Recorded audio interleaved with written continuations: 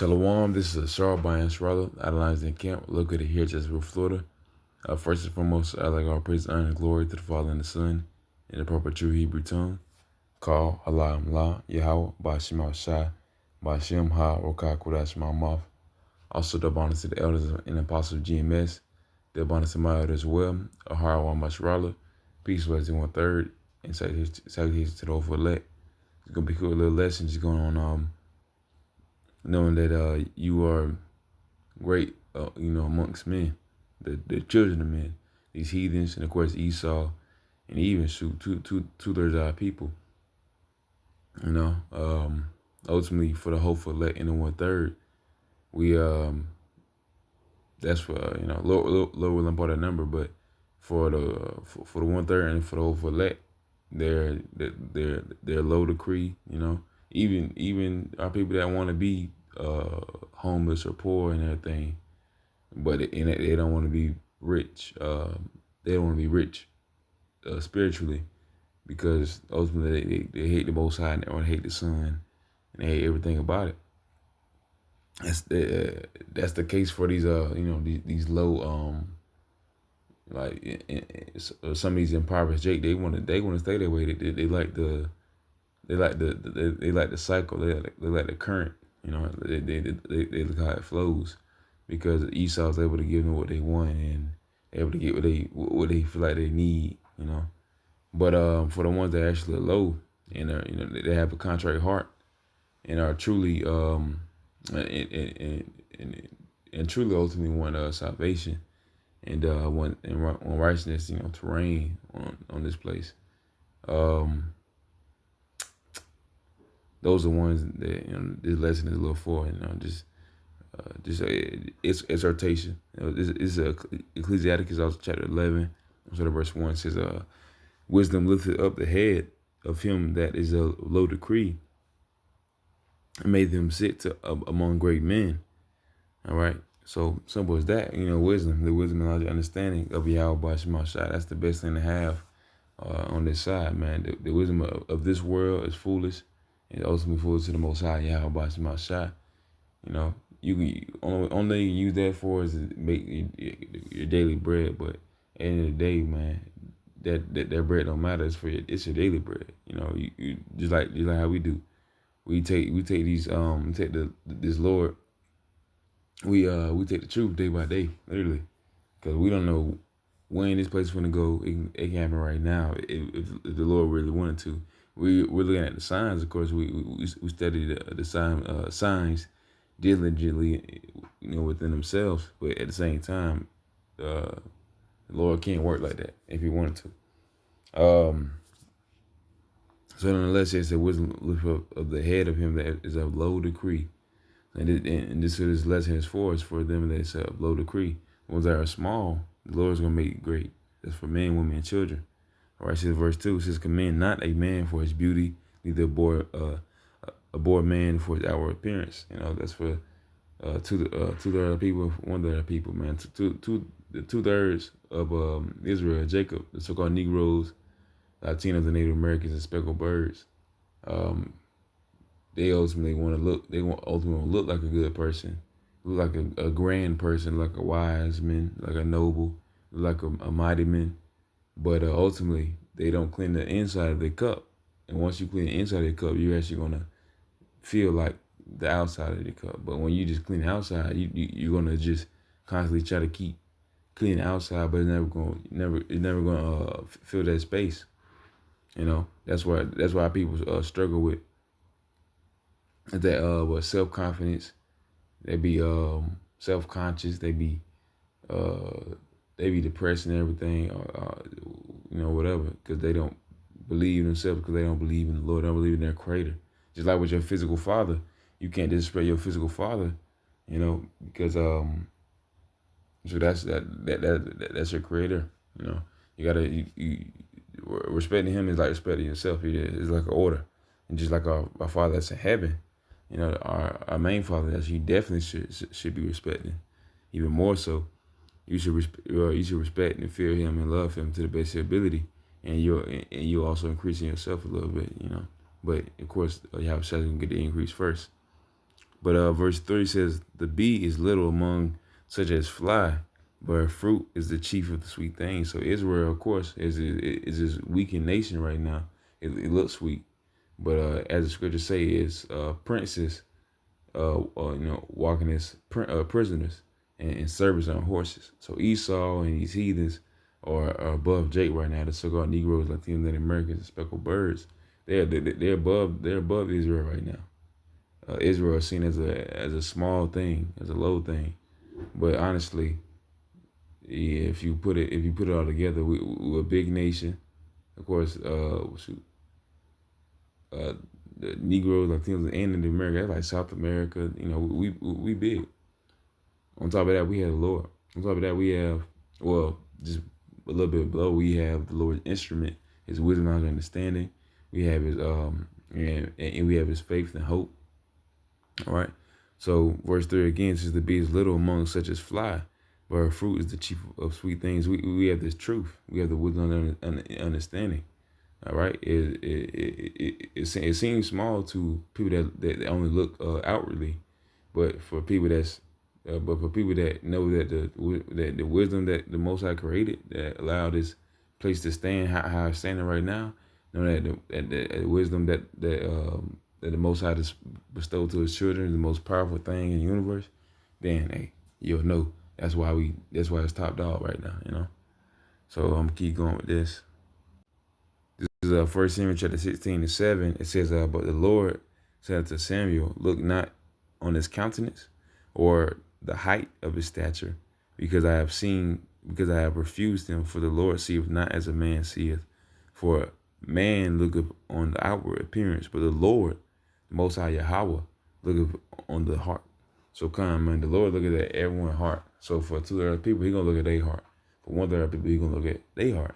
So if you are of the Lord, if you believe and love Him to the best of your ability, the most you can put in, He's gonna see that. And the Lord's gonna make sure that you get what you need for that, which is a reward in heaven, man.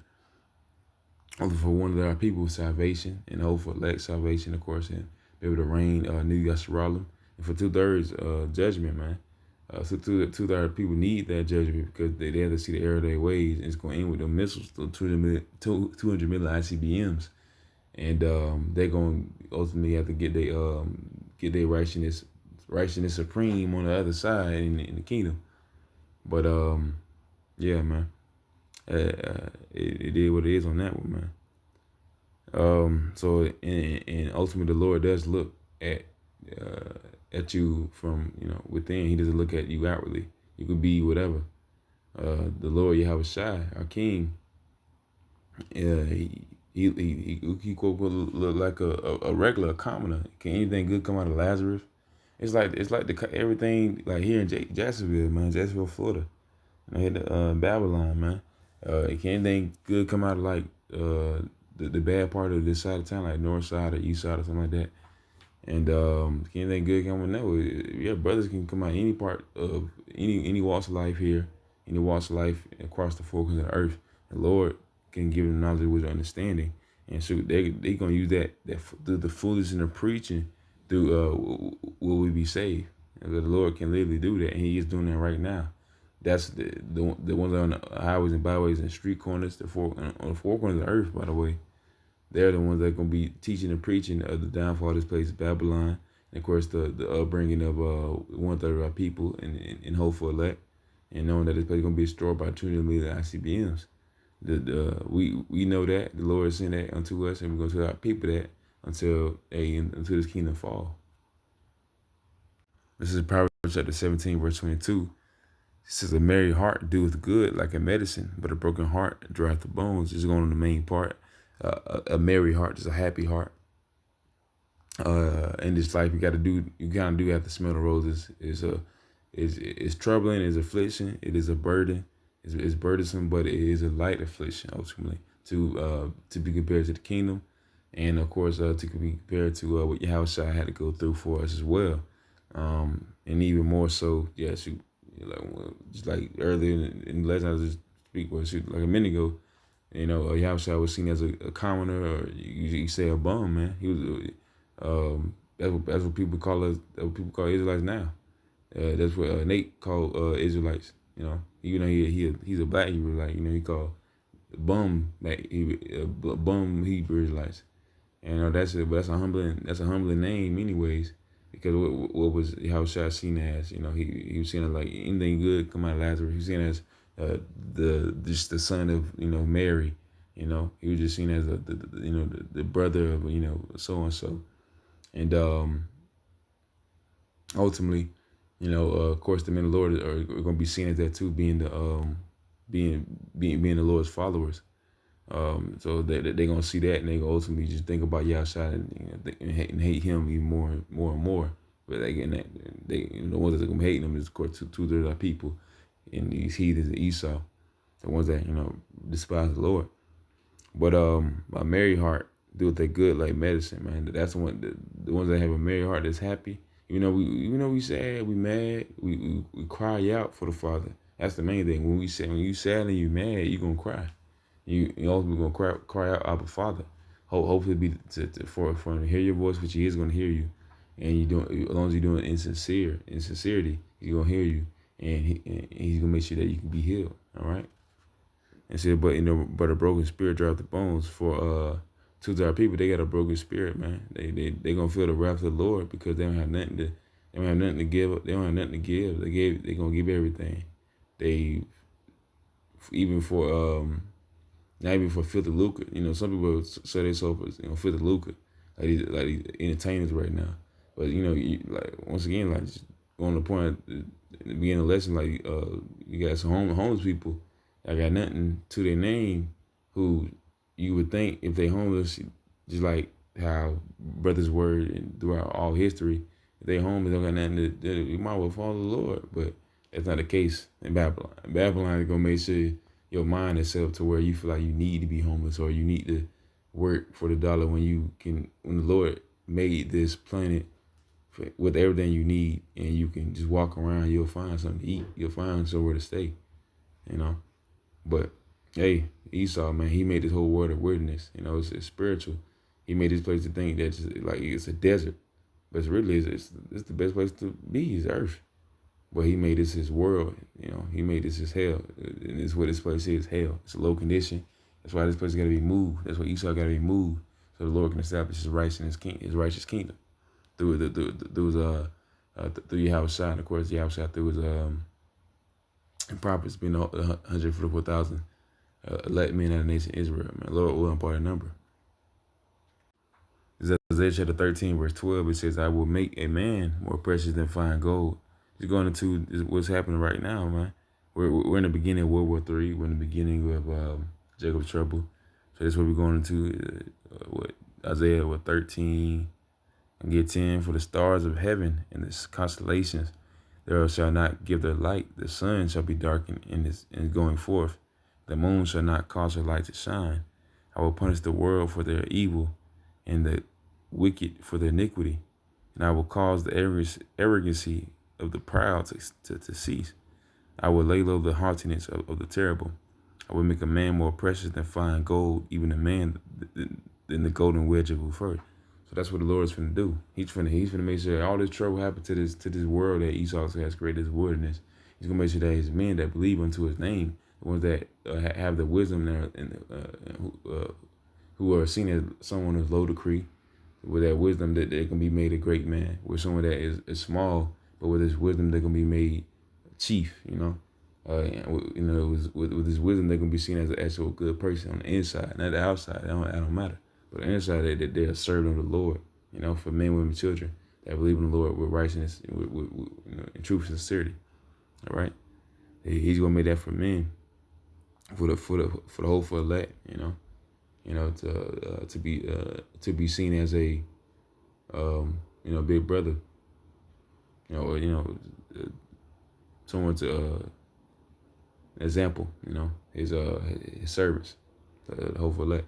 And of course, the best example is Yahushua, and that's where you want hope to be seen as a pool, like a reflection of Yahushua when you come back down, for the men out there that's teaching and preaching right now with truth and sincerity. anyone that want to teach, and any brothers that hear this word and you go out there, because that's what we're looking for, the hope for elect right now. The brothers that want to teach the Most High name, which is Yahweh and the Son of Yahweh Shai. For the ones that want to do that, it's what this message is for, exhortation. So that if you're small, if you feel like you nothing on the outside, you nobody, you're always gonna be something on the inside, because that's how the Lord works. He makes the smallest thing the biggest thing. He makes he makes the smallest thing the strongest, biggest, everything, like everything you need. That's how the Lord works.